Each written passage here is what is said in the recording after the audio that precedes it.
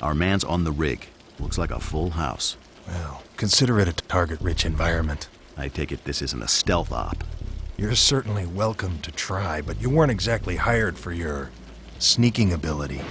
Death is my talent. Sometimes, the first one is not always the one who sees all the fame. Just ask Ralph Baer, who created the Brown Box, which later became known as the Odyssey. While he was the first to create home video games, it was Atari that got all the money and fame. This is also the case with Kill Switch.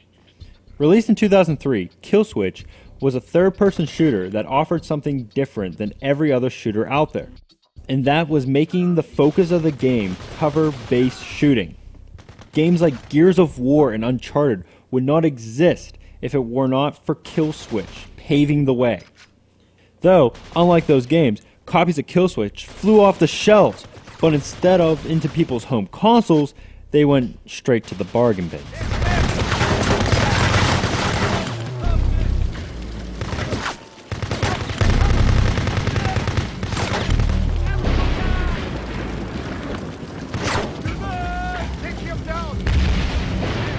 The story is a pretty interesting one.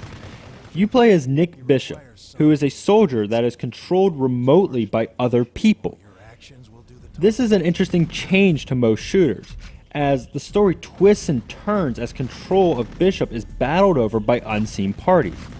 Many people want to use Bishop for their own plans, and you will always be wondering who is in control and why you're doing the things you are, all the while having flashbacks to your previous life. The story is more interesting than I anticipated it being.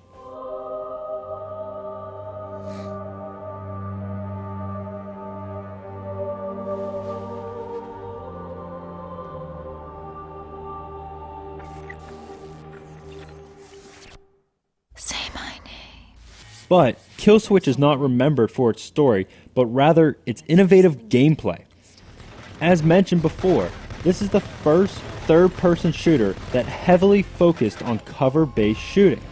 So, if you are like me and tired of seeing it work its way into practically every shooter released these days, you now know where to focus your anger.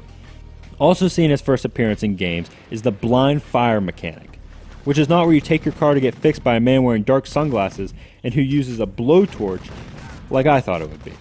But rather, you can pin yourself against a wall and shoot at your enemies without exposing yourself. This does two good things. One, you can shoot your enemies without getting shot yourself, and two, you don't have to get locked up and not allowed around elementary schools.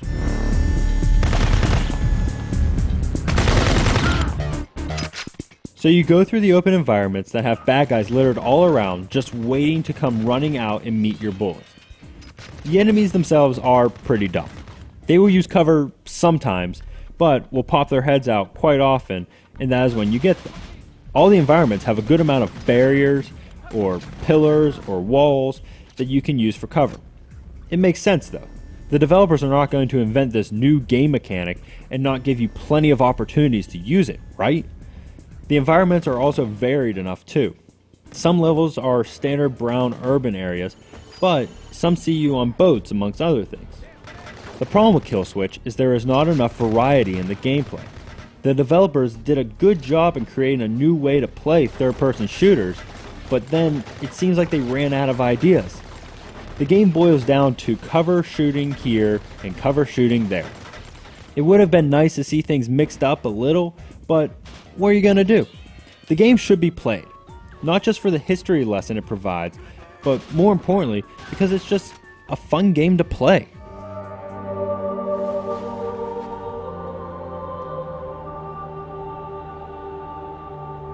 I don't want this moment to end.